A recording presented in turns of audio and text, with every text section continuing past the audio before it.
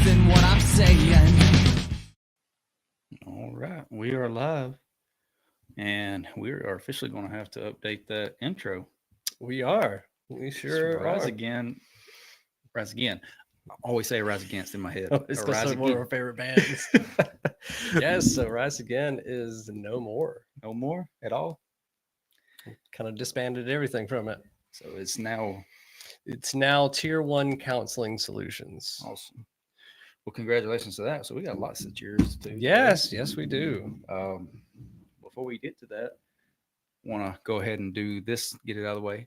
We have a channel sponsor. It's Cerberus. Links down below. Please go support them because they are supporting us. We also are working with a few other people here and there. You're going to start seeing logos pop up from time to time, but we promote what we believe in. So if we're saying Cerberus is good, trust us. We're saying it because not because they're paying us, but because we believe in it. What do you want to drink today? I think I want to go with this one. I think so too. I had that the other night, and I was a big fan of it. So Puncher's Chance out of Kentucky, and it's deceptive because the bottle you can't really see through. Yeah. It's about half full. Okay. I like the bottle itself, though. Oh yeah. I'll pour y'all. We got somebody joining us today. I've gotten so comfortable just doing live now with Trey on the Alabama Strongman podcast. So it's almost just prefer to do it this way because we can engage with people. But chin chin. Chin chin.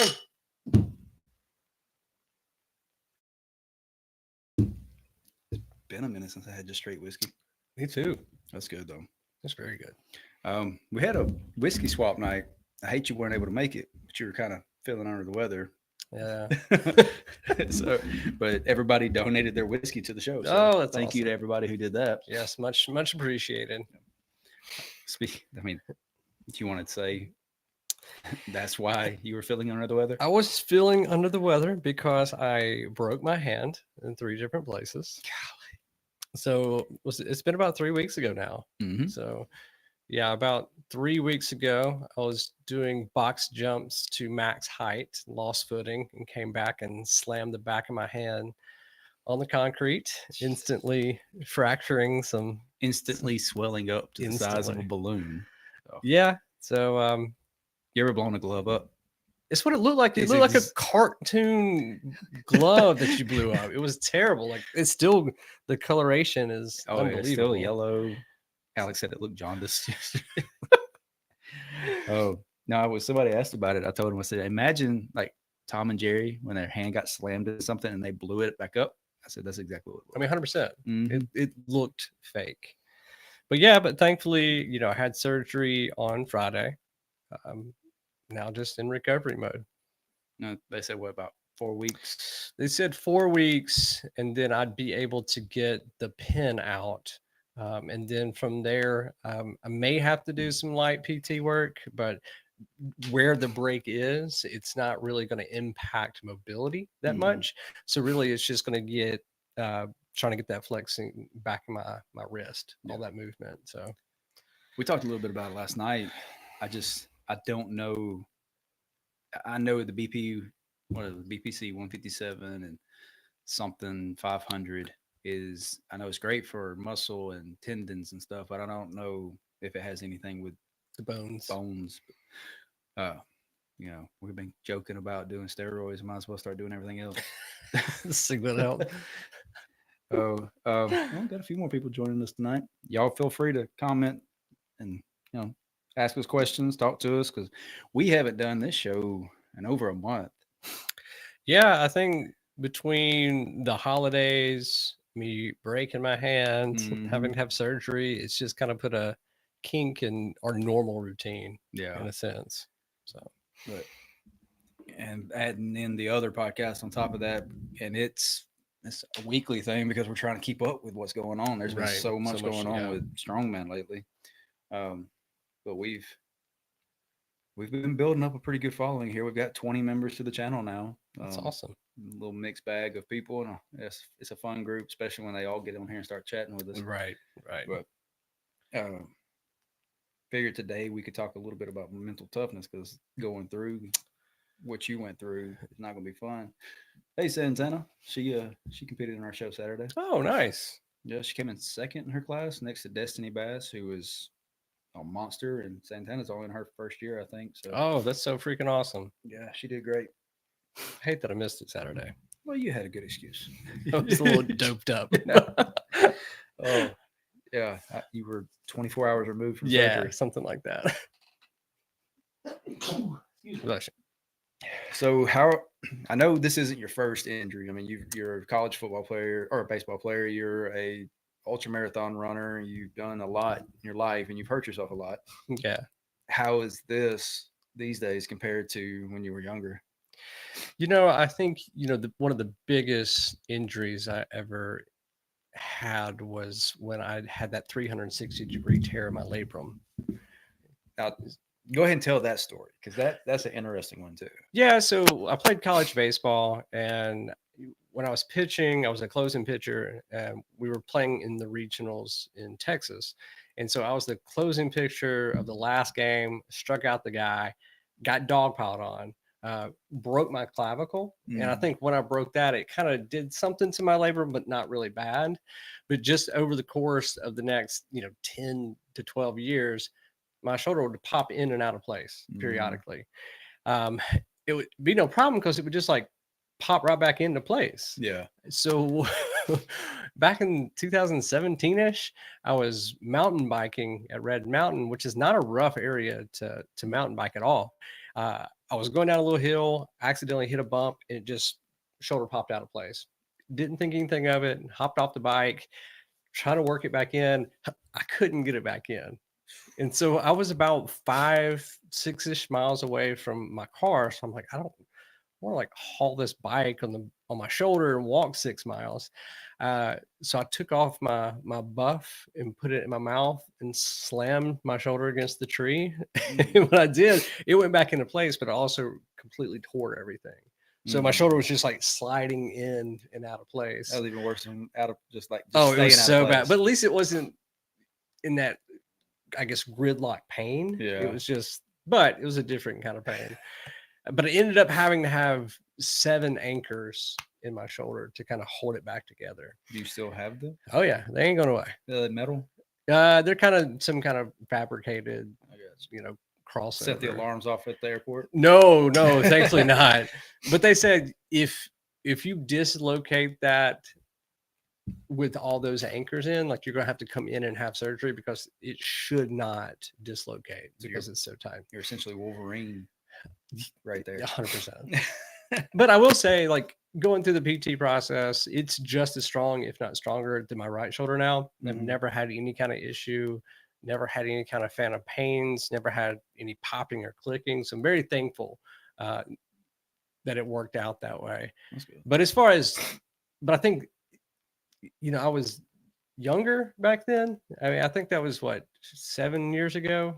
Yeah. 7 years ago. And I was real big into ultra running at that time, like competing really hardcore. And I remember I had a big race. It was 100K out in Colorado that I'd been training for, that I just wasn't going to be able to do it. Trying to do the math in my head. 100K was like 62 miles 62 or so. Miles. 64, something like that. I can't remember. But I think back then, so much of my identity was tied into ultra running. And so when I couldn't do that, I couldn't do shit for weeks. Oh, yeah. Like it was 8 weeks where they wouldn't allow me to even hardly walk on not a flat surface because they didn't want anything jarring, getting those anchors removed. And so it was just very difficult because I was really pent up and I was really angry. I was really upset that I couldn't do the thing that I was passionate of doing. And because I made it so much of my identity. Well, you were a sponsored athlete. Yeah. So, I mean, it wasn't just your identity. It was, it was on its way to being something more professional too. Yeah, it could have been. Yeah. But it was just a bummer because like having to take that time off. And I remember the first run back, I was unbelievably uncomfortable. Oh, okay. I didn't even know how to run. It was just so awkward, and I think Was it painful or was it more of like a mental block? It was Because more of a mental block because, and it was just trying to get your rhythm and routine back down because your arm is stuck to your side the whole time. So now, like, you're trying to go back to stride and everything just feels off kilter. yeah, Um, probably atrophied a little bit in that arm. yeah. And so I was running, 70, 80 miles a week. And Yeah, now a 1 mile half-ass jog was kicking my ass. And it was like very, very humbling. yeah. Um, Way off topic because I get ADD when I drink. But um, you said 70 miles in a week, and I kid you not, Sunday night as we were driving back from Jemison at like 7 o'clock at night, I just put in the GPS to kind of get the idea how long it was going to take, and it said 15 miles, and I was like, Zach would run this for fun, just 1 week or 1 day, and yeah. 15 miles. That's Jemison to Calera. Yeah. That's insane. But anyway, keep going. So But yeah, so I think it was very, very difficult to kind of come to grips with I'm going to have to take time off. yeah, I didn't know what else to do because that was kind of my identity in the moment. But this time around, I've grown so much as an individual and have not said, hey, this is just strictly my identity. Working out, fitness is not who I am. It's an element to who I am. And so I think I've developed this cognitive toughness, this mental toughness over the course of the last 4 or 5 years that has set me up to be able to quickly accept a situation. yeah. When this happened to his hand, we were in there training me and a few other people, and I walked over because I was gonna, in my mind, if you were gonna fall, you were gonna fall forward. Right. So I got positioned to catch you going forward. I didn't think about you not making it and falling backwards. Right. And when you slammed down, like I freaked out. You popped up. I looked down at your hand, immediately swollen with one finger hanging lower than the rest. You look at it, you go, "Yep, it's broke," and you're like, "We're good, we're good. No, it's good." I'm like, "We're going to the hospital." No, we're good, we're good. No, we're going to the hospital. Okay, and you were still smiling. It's really difficult for me to have a bad time, even when I'm in some I mean, serious it blew pain. my mind that you took it so well because I'm not an elite athlete. I enjoy competing in strongman stuff, but I strained. I forget what it's called. It's the muscle underneath the rear delt. That it's the intrum something, but it helps with like pull-ups. And I Yeah. strained it doing a pull-up, and it's still like if I move a certain way, I can feel it. It doesn't hurt to do lat pull downs, but when I get past number 2 on pull-ups, it's like throbbing. Yeah. And that just ruined my mood for like a week. Yeah. And I couldn't imagine something that took me out of working out because like you haven't been able to work out for 3 weeks now. I the swelling was so intense, and I think the most painful, the fractures hurt, but the swelling was just insufferable. I didn't sleep for like 4 days. But I tried to work out just body weight one time. It was like the throbbing. Oh, It I was couldn't just imagine the blood uncomfortable. flow. Yeah. And so, obviously the surgeon's like, don't do anything until Yeah. you kind of get your pin out. And so I'm kind of in a holding pattern for the next 3 or 4 weeks. Need you to teach me your ways because I would have. So, and it's kind of the reason why I wanted to do this conversation live and talk about it because Zach is now, what's your title? Yeah, so I just got my professional license as a counselor. So I'm a licensed professional counselor now. Yeah. And I mean, you've been through severe injuries, you've handled them very well, and you've only gotten more adept to handling that kind of, stressful situation with your education and your experience with work. And you're now starting. Yeah, so starting a new position for full-time work with the Shelby County Commissioner's Office. I'm going to be their mental health officer.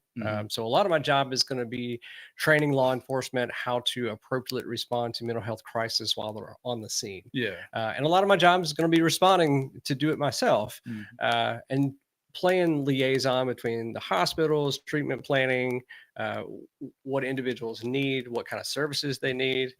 So that'll be like my main gig. But also finally, now that I do have my LPC, it's been a long time coming. I can finally launch my my private practice. And so I can start really focusing on the things that I'm passionate about, Yeah. like mental toughness, resiliency, how to build that ability when Mhm. shit goes wrong, Yeah. and pass on those skills and techniques to other individuals. I'm kind of doing a soft launch with it this weekend.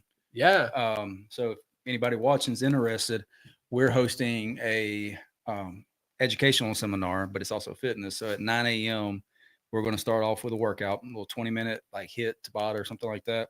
Then we're going to go into the offices and do a classroom setting. We're going to start with Zach's presentation, which is all about mental toughness and how to, I'm assuming, handle situations like this. Yeah, so the first kind of course that I've put together is just a general consensus of what mental toughness is. Like, Mhm. what are the, the main elements of mental toughness? What are those, the big four of mental toughness, and kind of breaking those down uh, for an overall broad view of what comprises mental Mhm. toughness, and how can you adapt these and put these into your daily functioning, your daily life, and work on those skills, so when you do come across some obstacles and some pushback, you're not Mhm. just going to crumble. Yeah. You're going to be successful. Even if it's not the success that you have in your mind, you're still going to be able to overcome those obstacles and be successful in that sense. Yeah. And we're going, after we get done with his class, we'll go back into the gym, do some mobility work with me and Alex. And then we'll come back into the classroom again and we'll discuss how to build a diet that's sustainable. Because people, that's my biggest pet peeve is when people are like, I'm going to go on a diet. Well, no, your diet is your daily. It doesn't, Yeah. it's not Yeah. something that you're starting. You just need to find something that you can stick to. Because, and I always tell everybody, the diet that's best for you is the one that you can stay on. Right. Because the yo-yoing is what kills everybody. Right. So, Right. we're offering that. We're going to actually make the post tomorrow. It's free to premium members and it's discounted for our actual members. But anybody who's interested in it's only like $45. You're essentially getting 2 personal training sessions and Two 2 education courses, classes for yeah. $45. It's not a bad deal, but that's enough selling on that. Yeah. It's just with you launching tier 1, we got to change the intro because it's got rise again still. Right. Right. But I wanted to put that out there, and because I get lucky, I pay you in whiskey for my education on mental toughness, Right. and my debriefing on the stressors of life. Yeah. But other people, I know a lot of strongman athletes when they get hurt, it's a kick to them hard because they use this as a way to get out of their head, and when you don't have Yeah. that anymore, you can spiral. Right. And I think a lot of people do put all their eggs in one basket saying, hey, this is my coping mechanism. Mhm. This is my relief from that day to day grind, which, everybody needs that. But it's also that can't be your only outlet. That can't be Mhm. your only thing that you're relying on. So when things get tough, what happens if you get injured? Like, what happens if you're not able to go to the gym? What other things do you have in your arsenal to say, hey, I can still maintain and calm my stressors. I can do all the things that I need to do to continue functioning. Um, I think that is something that we all fault at time and time Oh yeah, again. and it's not even to that extreme all the time. Like we talk about injuries right now, that's something that's going to completely remove you from the strength sport. Yeah, But I mean, if like she's talking about earlier, she couldn't handle that. We had some athletes, had a bad event, right. and I had to pull one of my guys to the side and was like, "Hey, get out your head, calm down, take a breath. It's one event. You got 5 total. Yeah, You're good."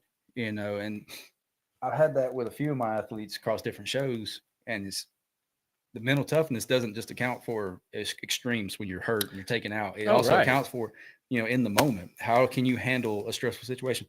Like I had a guy who was a phenomenal grip strength, and he screwed up on a grip event and immediately was messed up. It took him from number 3 in the position all the way down to like 8 Right. because of that one event. And I think it mentally got to him. I wasn't able to talk to him because I was doing the live stream. Right. So I wasn't able to get him back in the right mindset. And it snowballed. Right. And if you don't have those skills to fall back on, those techniques, you are just going to crumble. Yeah. And I think a lot of times we think of it in those extremes of, oh, I'm injured, I'm out, I can't do this. But it could be as something as simple as like, I failed this activity. Yeah. or I fumbled the ball, or I, didn't pull as much as I wanted to on deadlift. Whatever it is, it's how are you going to accept it, move forward, assess, reassess, and learn from it, and say, okay, I've got to make some small adjustments. It's not going to keep me out of the game. And so I think that's what I'm excited about, is being able to build these specific courses, because eventually this is like the broad overview of mental toughness. What I would really love is to have a class or a group saying, hey, this is a 6-week course. We're going to meet once a week, online, and we're going to break down each of these pillars of mental toughness. And so you can fine tune those skills.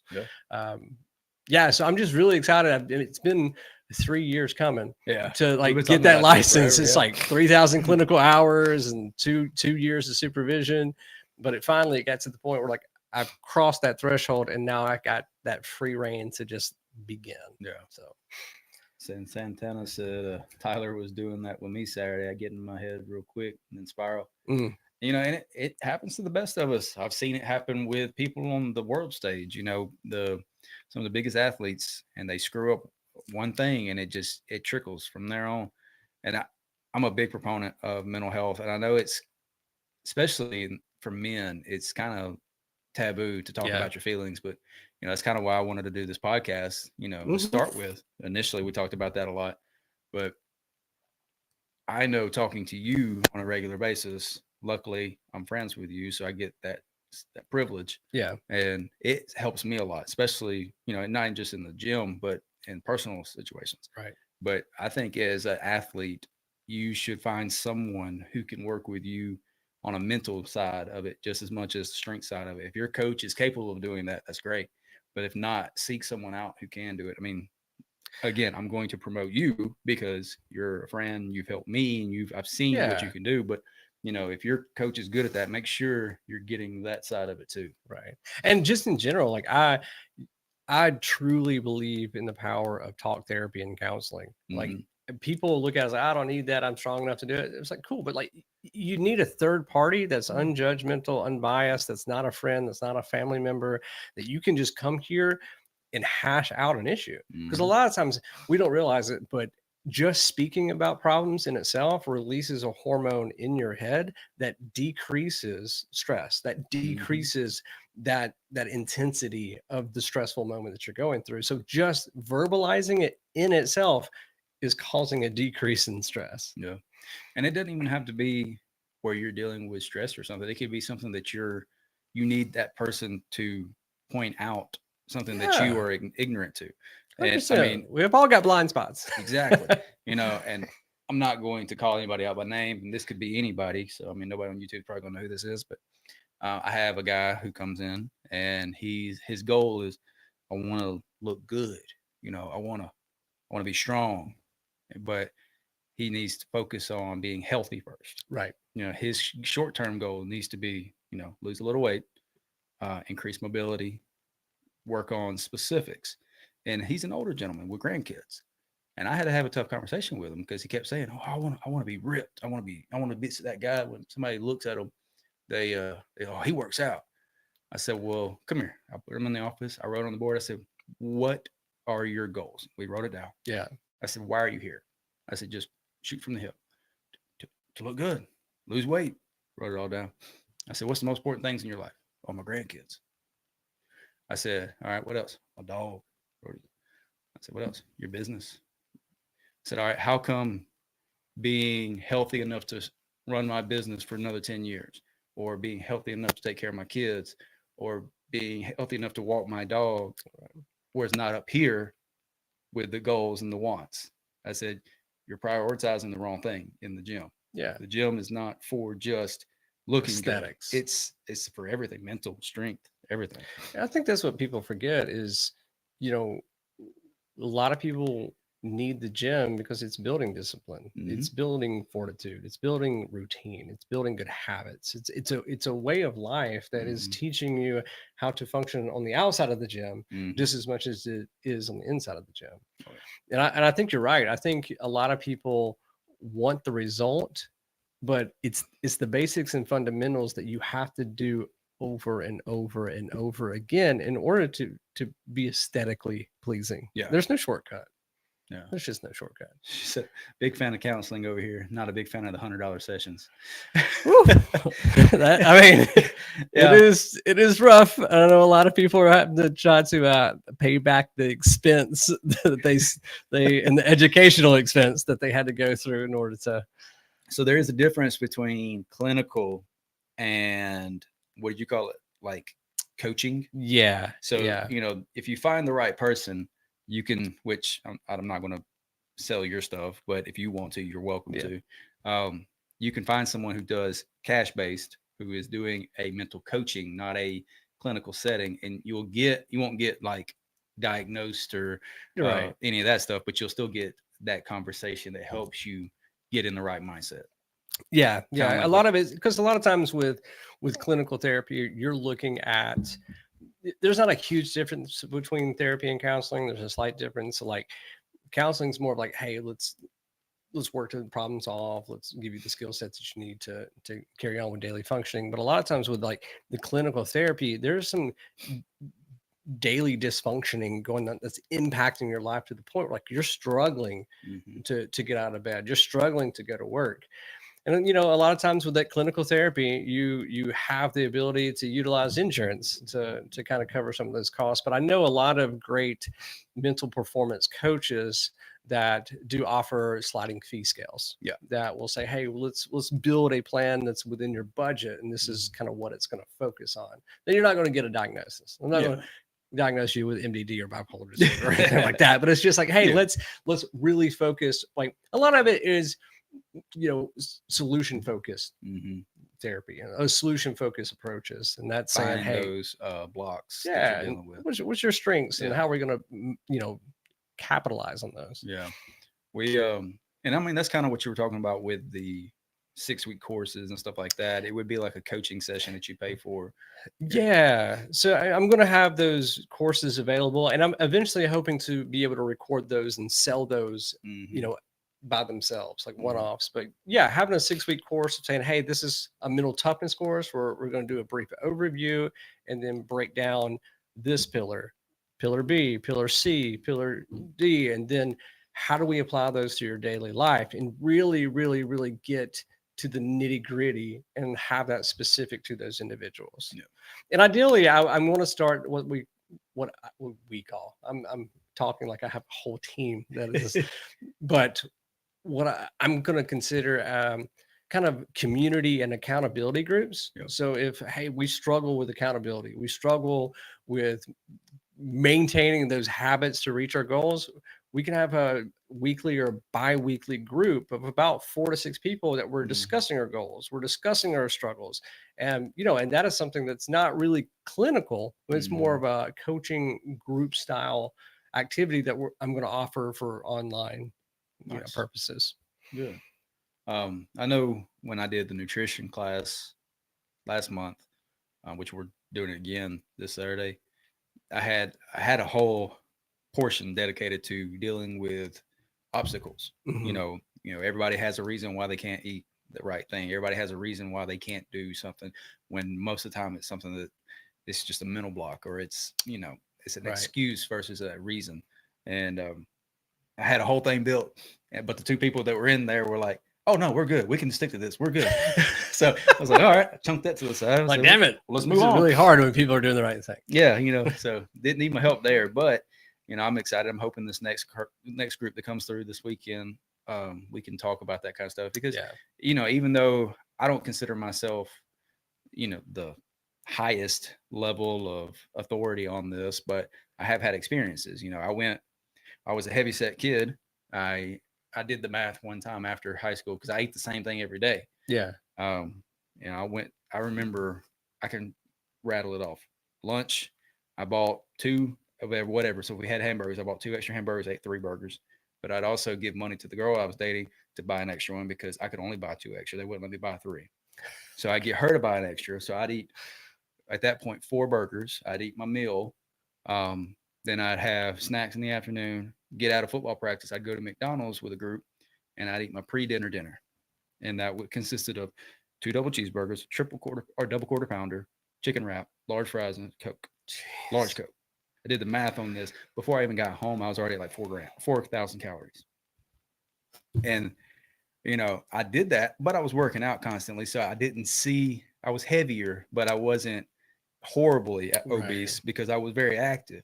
But when I got out of football, I jumped up. I went from like, you know, 205. I shot up to like 230, 220 within a couple weeks because I was still eating that way, but I wasn't active anymore. And then I got into college, had a lot of drama in my life, and I very bad to the point where I went from eating 6,000 ish calories a day to eating probably about 150, or sorry, what was it, like 350 every 2 days, because I went from eating exorbitant amount. 6,000 a day. Oh, easy. I don't have 6,000 in my 5 days work week. I average like 3,000 right now.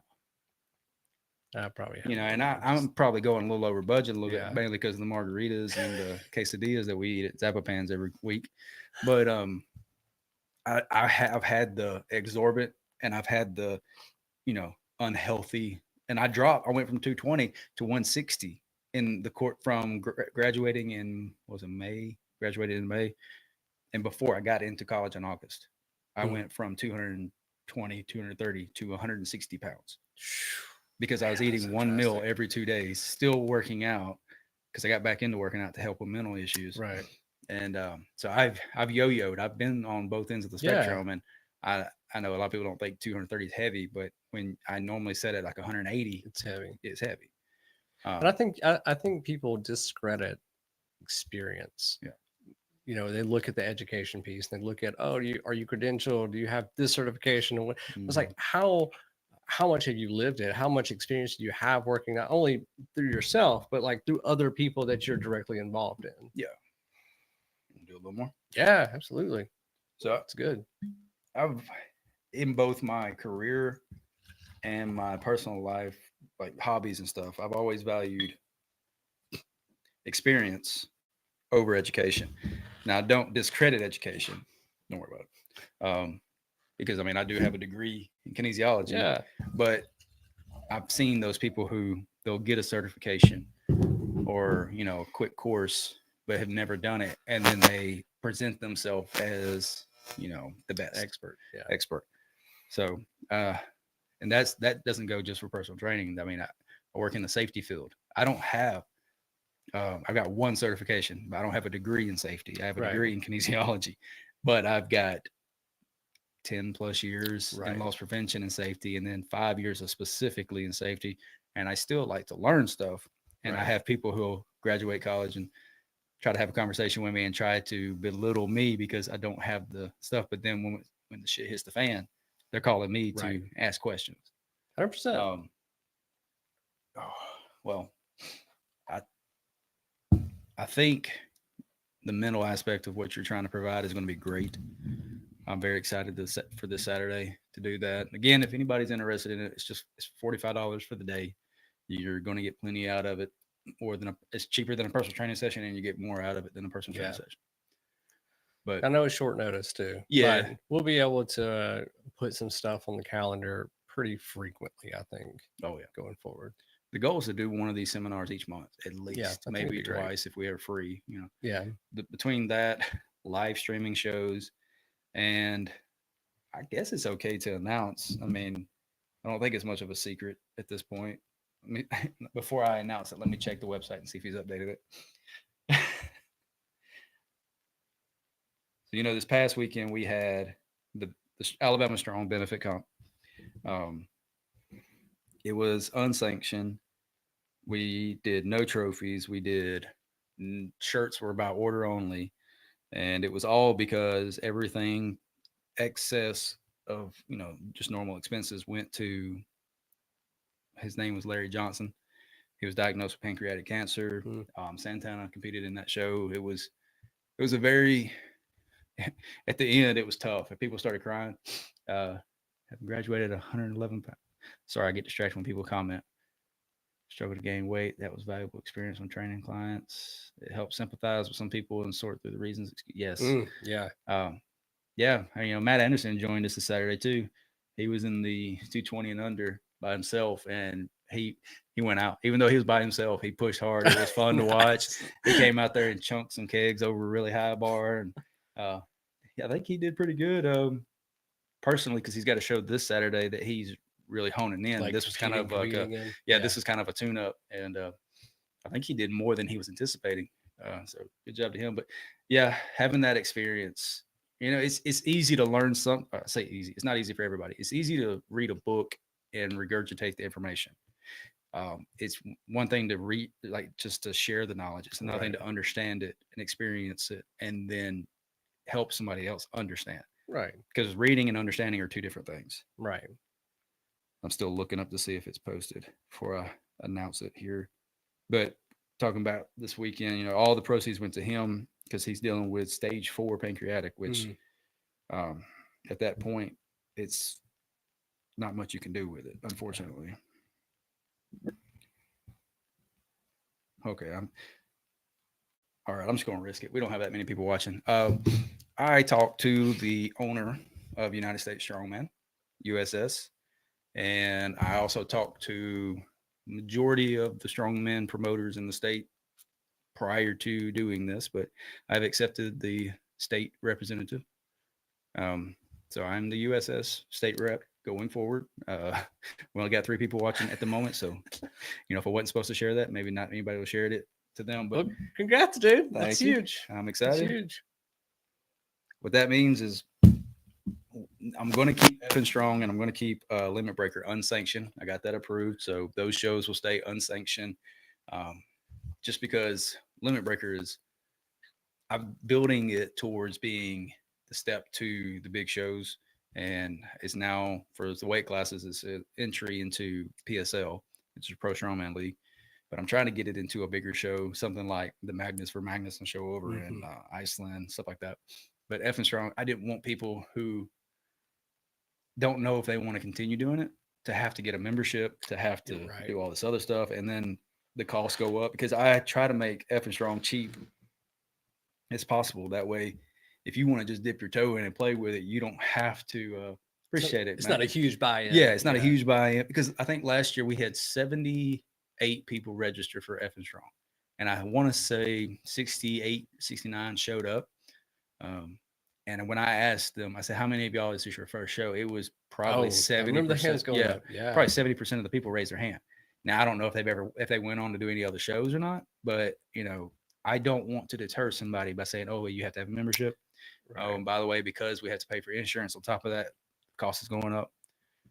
So the goal is to keep that one and the other one unsanctioned, but the benefit show, because I think it's an even medium between being a heavy show. It was not an easy show to do, and being right there at the end of the year, it'll be like their last chance to qualify for the next year's nationals. Yeah. So it'll be a national qualifier. It'll be a good stepping stone.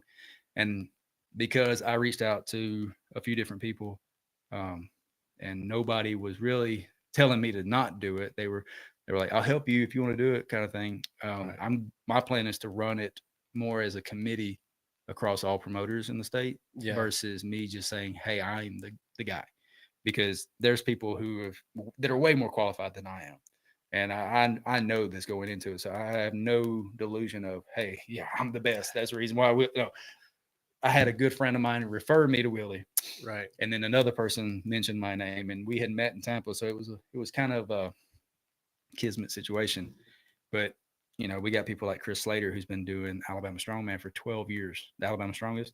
Yeah. We got, and his team, Chris Stewart and Damian Norris and a few other people down there. Then you got Trey, who does the podcast with me which will be tomorrow night, who runs Southeastern Strongman. He's involved in everything I do. Then you got people like Todd Williams, who is the U.S. state chair or rep currently, who I'm taking over for because he's stepping down, who is a veteran in the sport, who has, honestly, in my opinion, some of the best shows that I think go unrecognized. And I hate that, because he's got some of the best equipment. He puts together the best combination of events to make sure people are not dying. He puts a heavy show on, and I can't say enough about Todd. And then you got people like Jeremy Shell, who's done his first show this year, but he's been in the sport forever. And then you got Tyler up in Florence, who's looking to start doing shows as well. Yeah. We've got a hell of a group of people in, and I hope. I'm glad I didn't forget Garrett Tucker, who runs the kids show up in North Alabama or West Alabama. West. Yeah. You know, we have a hell of a team of promoters, and I don't want to just be the one. I want us to be a team because I've been to a bunch of other states and I've seen so many shows run by so many different people who are not connected. But every show in Alabama has the same judges, the same promoters, and the same group of people working together. It's just a different promoter at every show. Right. So, yeah, throwing that out there, I want to make sure everybody knows that it's going to be a team effort. Yeah, absolutely. I think that's the best way to do it too, though. I appreciate everybody joining us today. And again, when's your website going to go live? I'm hoping to have it finished up by end of week. Okay. So hopefully by the weekend. I want to get it up and running before I start my new job on Monday. There you go. Congratulations on that. Thanks. I appreciate it. A lot of good things happening. And we, here at the gym, we added Aurora Mobile IV. So they're going to be doing services out of here. Hopefully that helps, get our books in order and help us get closer to that. What is it? The black instead of the red. Yes. Yeah.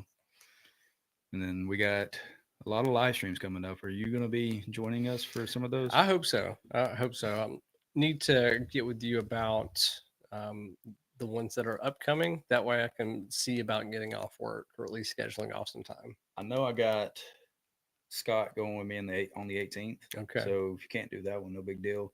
The big one is going to be Olympic City, March 22nd in Colorado. Okay. It's that week. We got to figure that one out. We're going to be driving out again, but we're going to have a different vehicle and we're going to rent a trailer to haul all this stuff. So we're not packed in there. Yeah. But the Barretts put on a hell of a show out there. Yeah, that was so much fun. We went for their smaller show. It was like effing strong compared to Limit Breaker for their show. And their Olympic City Pro-Am, it's a pro show and it brings in some big names. I'm excited to meet some of these people. Heck yeah. Yeah. So, but we're doing the Limit Breaker here February 8th. So if you're free that weekend, come hang out with us, help us out. Absolutely. Mm-hmm. Well, is there anything else you want to talk about? We've been going for about straight, 40 minutes, I think it was a good show. Yeah. If you're looking for personal training or fitness, Ellison Fitness is available. But if you're looking for somebody that's going to help you with the mental blocks, the mental toughness, all that and be above, is going to be tier 1 counseling, the number 1. And is it Counseling Solutions? Tier 1 Counseling Solutions. And I'll make sure to put the link down in the bio once you get it rock and roll. Yeah. All right, man. Well, thank y'all again. What's up, Stan? You joining us right at the end, buddy. Thank y'all for everybody who joined us today. We're actually up tonight. I think that's our peak right now. So, you got anything else you want to talk about before we hop off and say bye? We can chat a little bit longer. I don't know. I don't have anything on the docket, but we can wing it. Yeah. Got to work, homie. Oh yeah, I understand. You've been putting in work at the weights, or putting in work, actual work. Yeah. I don't know. He's been killing it in the gym. So he was at the show this weekend and just watching and enjoying it. And I went up to him and talked to him a little bit afterwards. And he informed me he competed at the Masters Nationals Championship with, I think he said pneumonia. Oof. He didn't even know it, or some kind of lung infection or something. I could hear it in his voice. Like, he wasn't 100%, but he didn't even know it. He was just competing through it. Yeah. And I joked with him because he said he was going to sign up for the benefit show, and on the live stream a couple of weeks back, and I joked with him. I said, "Man, you need a rest." He goes, "You didn't know how much you meant on that one." So, but dang, we got some people joining us. Appreciate this. Let's see who else. Fact that you forgot.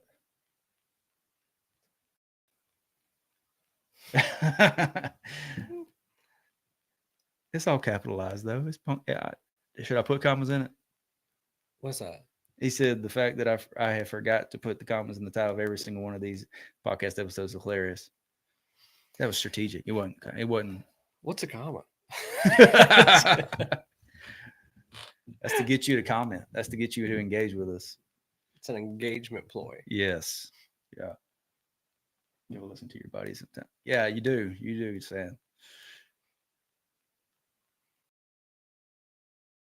Nah, they just don't look as good. The commas and the lowercase W's.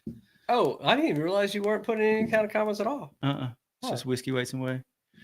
But see, that just so I can engage with you. You're a little cutie. Oh, okay. I love it. Silly goose. This is fun. All right. Well, I think we are going to go ahead and end this so I can get home and eat dinner. I haven't had much to eat today since, well, other than lunch. I had my leftover champies from lunch That was good. for dinner. It was so good. All right. Well, y'all have a great night. And Look, I can always do a peace sign. them biceps. Yeah, we need to cut this off before it gets a little out of hand. This ain't OnlyFans yet. We might start that later.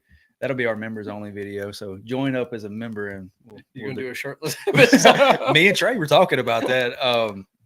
We said if we hit so many members on our members channel, we'd do a shirtless episode. That would be hilarious. Well, remember, nobody cares. Train harder.